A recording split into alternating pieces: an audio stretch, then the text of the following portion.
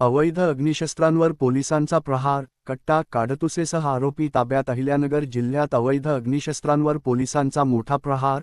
नेवासा तालुक्यात स्थानिक गुन्हे शाखेने धक कारवाई करत गावठी कट्ट्यासह एका आरोपीला जेरबंद केले आहे. आरोपीकडून एक गावठी पिस्टल आणि 2 जिवंत काडतुसे जप्त करण्यात आली आहेत. अहिल्यानगरचे पोलीस अधीक्षक सोमनाथ घारगे यांच्या आदेशानुसार जिल्ह्यात अवैध अग्निशस्त्र बाळगणाऱ्यांविरुद्ध विशेष मोहीम राबविण्यात येत आहे.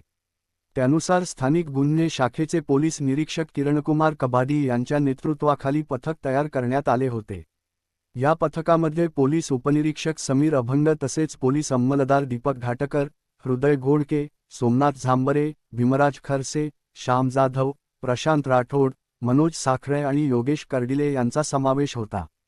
4 मार्च 2026 रोजी सोनई पोलीस ठाणे हद्दीत गुप्त बातमीदारामार्फत माहिती मिळाली की सतीश विश्वनाथ कसबे, वय 30, राहणार मोरेचिंचोरे, तालुका नेवासा, हा कमरेला गावठी कट्टा लावून मोरेचिंचोरे गावच्या शिवारातील ओढ्याजवळ फिरत आहे.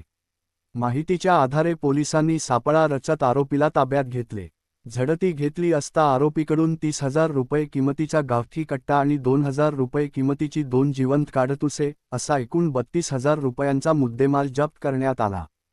चौकशीदरम्यान हे अग्निशस्त्र अमोल रावसाहेब विटनोर, राहणार मांजरी, तालुका राहुरी याच्याकडून आणल्याची माहिती आरोपीने दिली असून तो सध्या फरार आहे.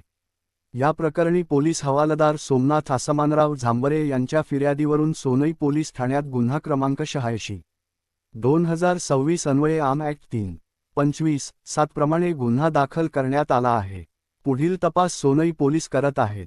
दरम्यान, स्थानिक गुन्हे शाखेने मागील एका महिन्यात 5 गावठी कट्टे आणि 9 जिवंत काडतुसे जप्त केली असून अवैध शस्त्रे बाळगणाऱ्यांविरोधात कारवाई आणखी तीव्र करण्यात येणार असल्याची माहिती पोलिसांनी दिली आहे.